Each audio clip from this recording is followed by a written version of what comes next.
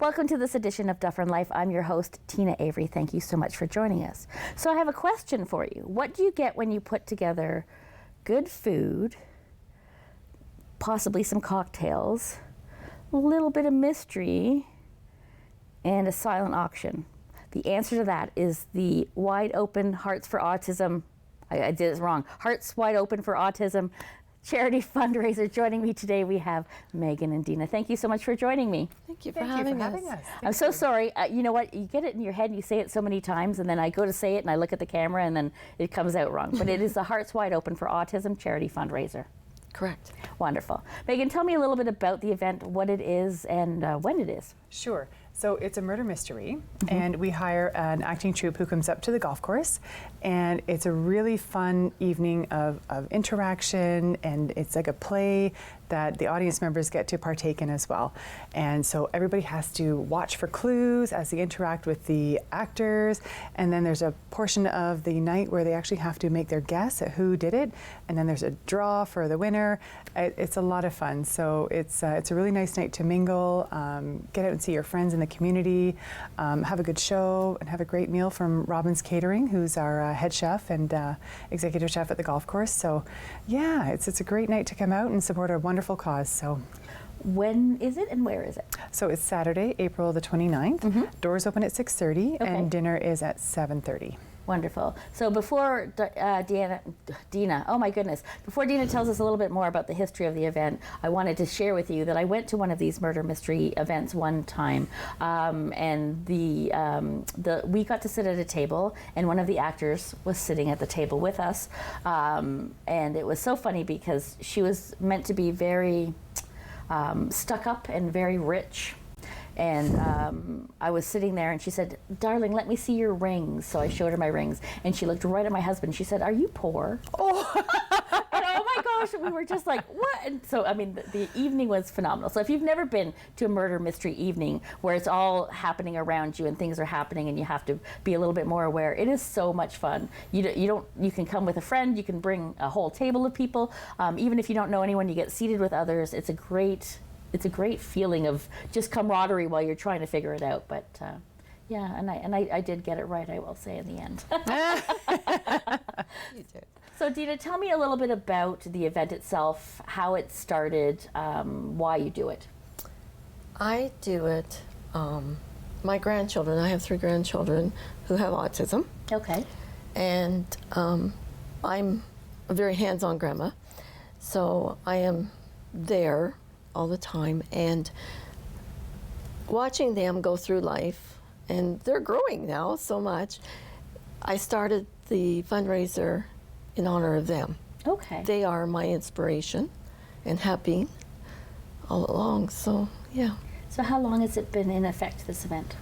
8 years. 8 We are in years. our 8th year this year. Well, you were both on my show, but it wasn't this show. It was back in the day when I first started doing Up and Coming, a show that I used to do about events specifically. And I think you both were on the show. We were. Yes. we were. When I was just learning the ropes on what to ask and what to do. So let's talk about so you said that the door's open. Is there how does it work when you've got the murder mystery thing happening at the same time? Is there... Sure. So as the guests arrive, and that could be guests from the community or it could be the actors, you don't know. Everybody's dressed up in character or they're just there. So you come on in. We have a silent auction table. The bar is open. So there's just a nice opportunity to mix and mingle. There's DJ Master Mix. He volunteers his time and he comes out and plays some really nice music. So if you want to dance, you can dance. If you just want to sit down and enjoy. So you're mingling around and talking to people, and you don't know who the actors are. So Right. You'll be talking to people and meeting people and maybe picking up a clue or two. Wonderful. And you never know when it's a clue, right? You just never No. know for sure. No. No? So Dina, is there a theme to this one? How do people want to dress if they want to dress up and participate? This one is the, The Great Gatsby. thank you. It's the Great Gatsby, so it's a 1920s theme. Okay. Yeah, so they can Glitz put their flapper dresses on and their... Yeah, I think the one that I went to was it was more of like a hippie kind of thing, but we didn't Yes, realize we did do that. My husband's not a dresser. This is not a word, and I know it, but he's not a dresser upper of things unless it's something that he's really, really into. So, and then we were like, oh, we could have done that, but we didn't really realize that you dress up and it's kind of, and in the time through the silent auction, you're just mingling and talking with people. Yeah. Correct, yeah. You could be up at the bar getting a drink, and somebody might let you know that they went on a vacation somewhere, and that could be a massive clue for who done it. Right. Yes. Yeah. Right. So do you participate in it, or do you already know everything that's happening? No, we don't know. We don't know. It is a mystery for both of us, so we have no idea. Okay. And who is the troupe that comes in to do this? Let's give them a little shout out. The troupe is Murder for Hire, and they're from London, Ontario, Okay. and they have been with us for 7 years. Okay. Yeah. Amazing. So we know why it's important to you, because Correct. obviously it's a familial thing. So, but why should people come to the event? To show their support for children with autism, and also, we donate locally to different charities. Okay. For quite a few years, we did do the schools, the Upper Grand District Learning Foundation, so the funds had gone to the special education programs there. And last year, we did do a golf tournament. We joined up with Law Enforcement Torch Run because of the unknown of COVID and whether we could be inside or not. So we decided we would join up with them, and we donated to the Special Olympics. Okay. This year, we've gone back to our hearts again, and we are donating to the Orangeville Wolves special hockey team, special program hockey team. And actually, my grandson just joined this year. Oh, nice. So I have a personal experience of seeing how they interact with the children, and I've got to say, what a wonderful program. They're included. They get to do hockey that they otherwise would not probably Right. get to do. So they're included, and they're just like one big family. So it's a worthy cause too. Yeah, and I think, and we've talked about it many times on the show about inclusivity, and you don't Yes. realize, and I think that organizations like that just help to bolster, self-confidence in the Correct. kids, and the ability, because autism is very different for all the kids. Or Every all child the people is that have different. it. Yeah, like Every it's child not is just different. children, but yeah, No, all the adults that adults, have it. everybody. And everybody's a little bit different, and so the organization takes into account how, because some people don't like to be touched, some people, like, there's so many different aspects of autism that I can't, I don't know enough about to speak on it, but I think that organizations like that are definitely something to champion, and really appreciate the funds that you raise. Yes, Yeah. yes, and like it does give them an opportunity. Girls, boys, and the ages range from 6 to 60, so they all get to be included and to participate and socialize with people like themselves. Yes. Yeah. And that is very important, that they get to do that. Yeah, and I think it's equally as important that people get to socialize with them that may not have autism or may not be used to autism, because it helps to create awareness. Whereas I think sometimes people will shy back and say, well, I don't know what's going on if somebody's having a problem with something. But I think the awareness that you create by coming on the show and talking about it, the awareness that you create about being out in the public and bringing the kids and having these tournaments where not everyone who has autism is there to watch the tournament, so they can see the interaction. So it's all about acceptance and understanding and inclusivity, which I think Dufferin County strives towards and is doing a good job. But we need to do even better in just kind of Yes. creating that awareness, creating that knowledge, so that everybody feels comfortable when they go out. It shouldn't Yes. be a matter of secluding people, right? Absolutely, absolutely. Yeah, so let's talk a little bit about the fundraising that you've done in the past. And I'm not going to quote you on quantities or totals or anything like that, but you've been doing it for a while. So what types of amounts have you been able to fundraise?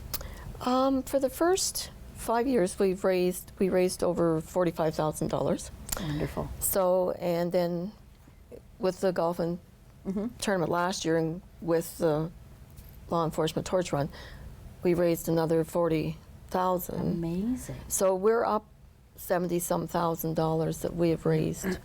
Good for you. That's absolutely Yes. amazing. So Megan, tell me how many people can come out to the event, and let's talk a little bit about where it is, because I think you know a little bit about that. I've been there. Yeah, it's at the Shelburne Golf and Country Club, so just north of 124.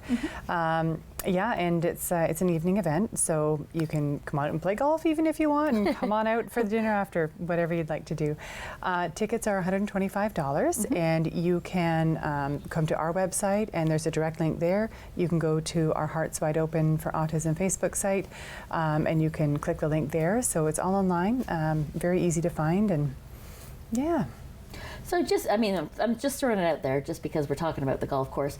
When does the golf course normally open? Because I know this year we've had winter late. Yes. Or, I don't know, part of winter. I don't know what to call it. But yeah, so when is it planning on opening this year? As soon as we can. Yeah. Yeah, so as soon as the snow melts, and it's melting fast. So we're hoping to be open in the next couple of weeks. And Okay. yeah, so end of April, we should be fully open, and yeah, it'll be great. So there isn't the need to be like completely dry, like I'm not sure how it works for golf courses. You know for skiing that there needs to be snow, but what do you need for Sure. golf? So we need obviously the snow to melt and to dry out, but we have a lot of drainage there, so Okay. it drains really quite fast, and we just need Mother Nature to be on our side and get going. No snowstorms on the 29th. We put the order in.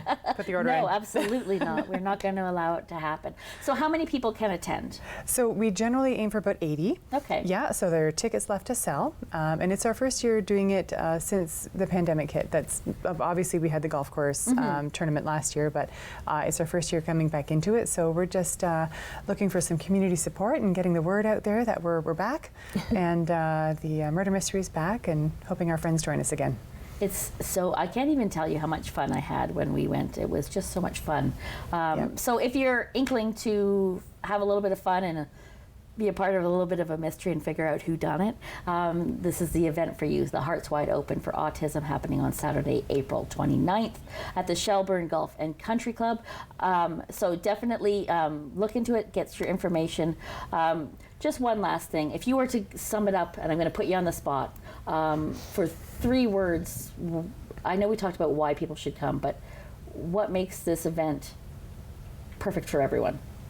Can I use 4 words? You can use 4 words. You can let your hair down. You can let your hair down. Amazing, amazing. And will you two be dressed up? Not likely. Probably.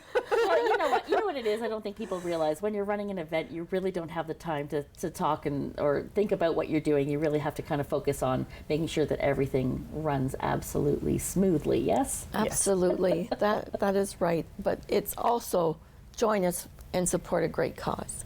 Yeah, absolutely. It is truly a great cause, and I wish you both and everybody and the fundraising an absolute all of the best of luck in the events. Thank you. And come back and let us know how well it went. Thank you so much for having us this evening. Yeah, it was my Thank you. pleasure. Thank you for coming. Thank you. Thank you. And thank you for joining us. Don't you go anywhere. We'll be right back. There we go.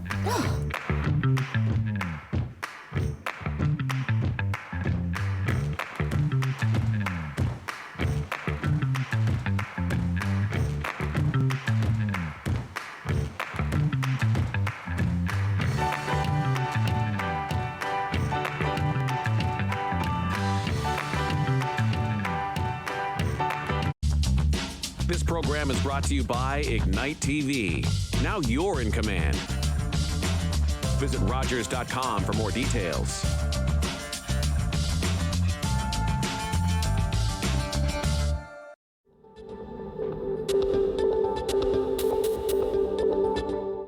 Hi, it's Deb Valentine from The Next Element. Please join me on our next episode where we interview Susan Elliotson, and she enlightens us about the world of herbal remedies right here on Rogers TV.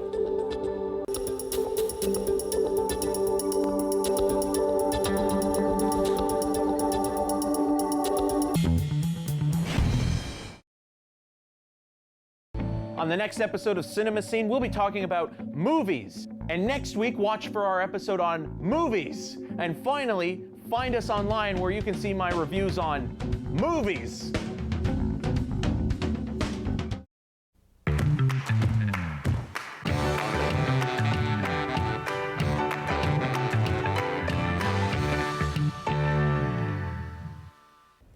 Welcome back to Dufferin Life. If you're just tuning in, you tuned in at a great time. Rogers recently had the opportunity to go out to a special open house at the Shelburne Curling Club. Check out this story.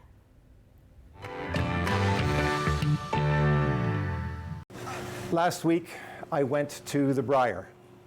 It was in London. It was amazing. It's the Canadian Men's Championship. And I knew that I was going to be coming here the very next week. And I told some of the professionals who I met there that I was going to be talking to people from the Dufferin County Canadian Black Association who were going to come curling at the Shelburne Curling Club for the very first time.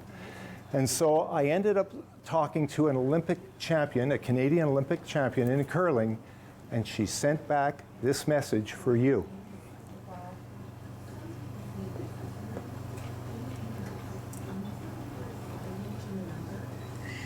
Hey DCCBA, this is Jill Officer. I'm 2014 Olympic champion in curling, and I played with Jennifer Jones for years and had great success together.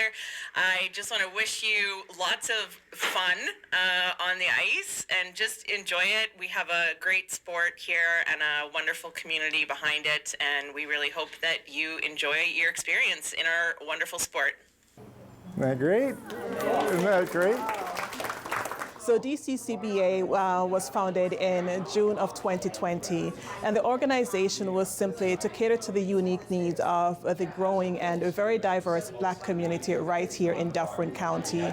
And part of that mission was to be able to create a space where communities can gather to learn about our rich and diverse history, Black history that exists right here in Canada, as well as right here in Dufferin County, and of course to provide education and cultural awareness programs to the broader community. We also have a strong foundation on youth achievement and excellence, and so we do provide mentorship and scholarship opportunities to our young people. So in a nutshell, at a very macro level, that is the premise of the organization. And so we're talking about, again, from a community engagement perspective, that leads us right into today's event. Part of the organization is to immerse ourselves into the community, the culture, the richness that makes up not just Shelburne, but Canada. And so today's event is perfect. Wonderful opportunity to be able to share and learn something new, something fresh, something different. We're looking for new members. We could stand to double our membership, and Shelburne and Dufferin County has certainly become a much more diverse community than what we were 10 years ago. And we had the opportunity to meet with Alethea at one of our board members' meetings, and she did an amazing presentation, and we come up with this open house idea. We're excited. So I've watched it on TV, but never quite got the concept of it. So I'm coming in with an open mind today and fresh perspective. I've heard some new terms since I've been here, Bonspiel. So I'm looking forward to learning a little bit more of the lingo and, of course, getting out there and trying my hand. I think we have about 18 members that have come out tonight. I mean, if we can get half of that for next year's curling, we'd be thrilled. And the fact that we have 5 junior members or in youth, I mean, that's what we're really happy about. Because I mean, if you can get them when they're young, then generally you can have them later in life if they learn how to curl. For sure. So, yeah. For sure. You have options. You can hold it like this, where you hold it down and you hold it in your back like that, so it's pinched between your back. Okay. You can hold it like this. Okay, my thing with this, sometimes if your hand slides out on you, you're doing this and it's kind of, so, but it's all in whatever. For the people that are gonna slide out like this is probably the best way to do it, because it's just sitting right here. You got something for your hand to go on and your rock to go on, okay? Mentally, it's a mental thing. As soon as you let go of that rock, your balance is gonna go, okay? So if you want to, either put your hand down on the ice or grab your shoe. Yeah, bring it right back in so you feel it hit the rubber and then slide out. There you go. Now next time just push hard, okay? Just trust yourself that you're not gonna fall. Just push hard and let it go. Like just push hard. Wow. I am still excited, but I am actually in pain. Well, not quite pain, but I'm feeling some new muscles being worked today. You know, it was fun. Overall, everything was, incredible. And the most exciting part for me was learning to curl. So, different ways to turn the rock and, learning about the house and all the different terminology, how you need to get the rock down the ice. I think that was quite interesting, and I had amazing instructors, so that was helpful. Oh my, I had lots of fun. I wish I knew this long time ago. I wish I had the opportunity like this, and I'm ready to go forth with this. I'm not stopping. So you're going to come thing to do. The most difficult was to lean on myself and not on the rock. I kept my weight on the rock and didn't release it, but now I'm improving, and I'm happy about that. Yeah. It was awesome. I loved it, especially I experienced it with my daughter, so it was really good. It was an eye-opener for both of us. It's not just about watching it on TV, not understanding and changing the station, but it's actually family engagement, so I loved it. Right. Well, I started getting the hang of it. Once you start going, it's like, okay, I get it, and then people are telling you and instructing you. So I think the Shelburne Curling Club is great.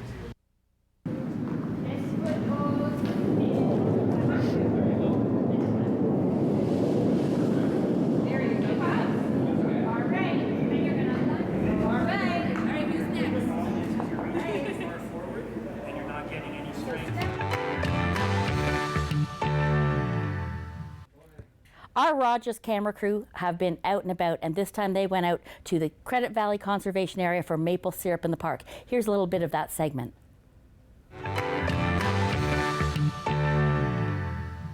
Well, we're at the last stage of our tour at the conservation area outside of Orangeville, and I'm with Alyssa in the Sugar Shack. Well, welcome to our maple sauna. Thanks for coming to our Sugar Shack here.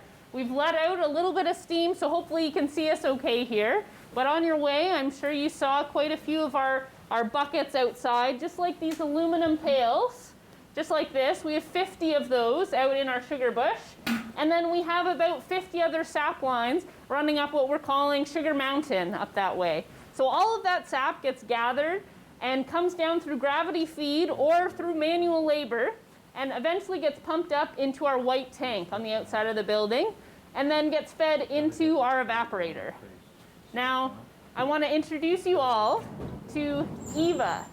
Eva is our wood-fired traditional evaporator. So she gets fed firewood found from our conservation areas, a lot of trees that have had to come down anyway.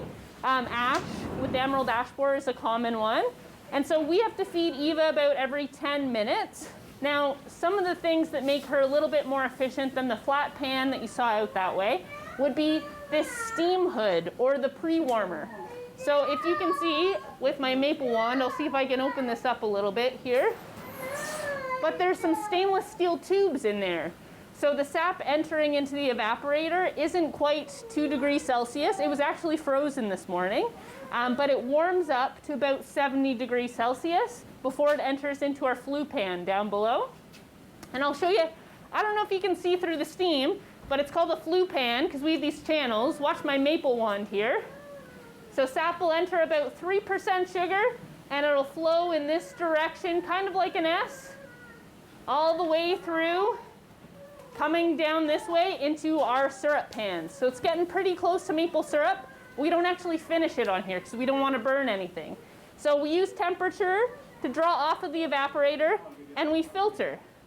So we use these cone filters, felt filters, and pre-filters to filter out niter sand and other particulates. Now, I wish I had a sample here to show you of our niter sand, but it's pretty cold today, and so our bottle kind of exploded. But a couple reasons why we filter, because it looks a lot better, but also, if we didn't, it increases the risk of these sugar crystals forming.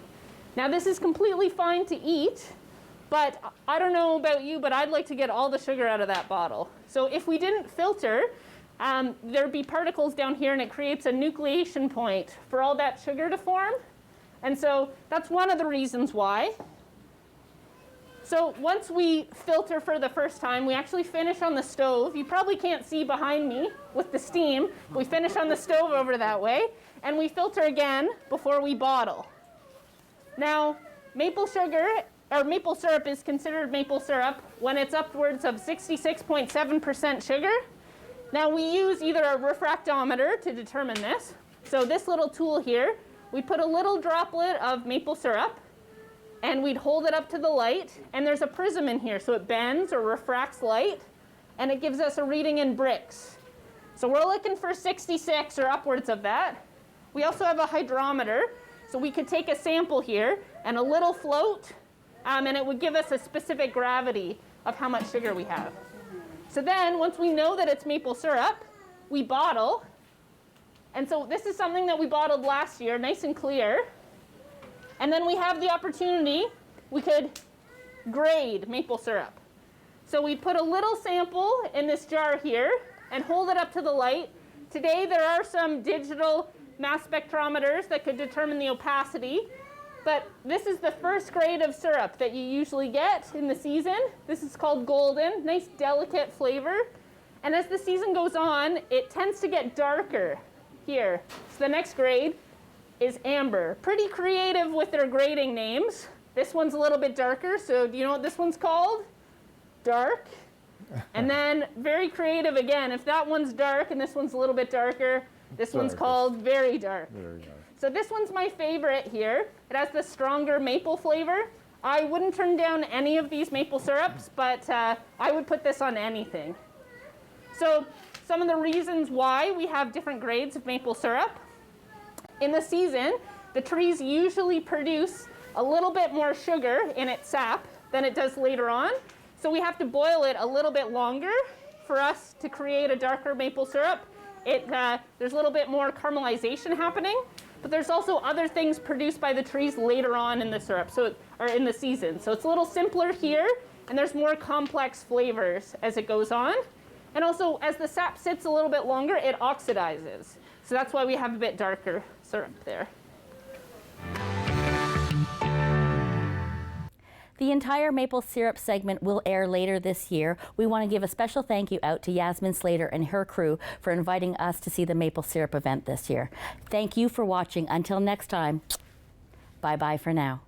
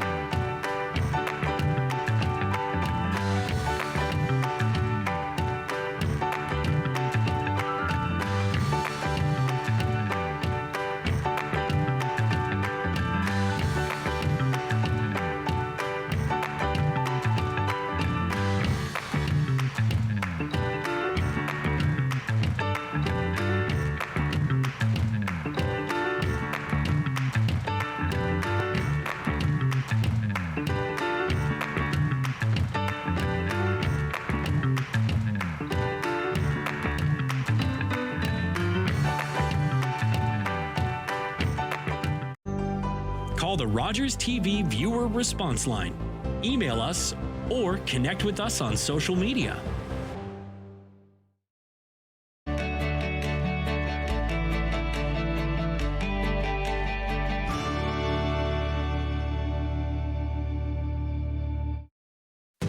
Your mouth can do a lot of amazing things.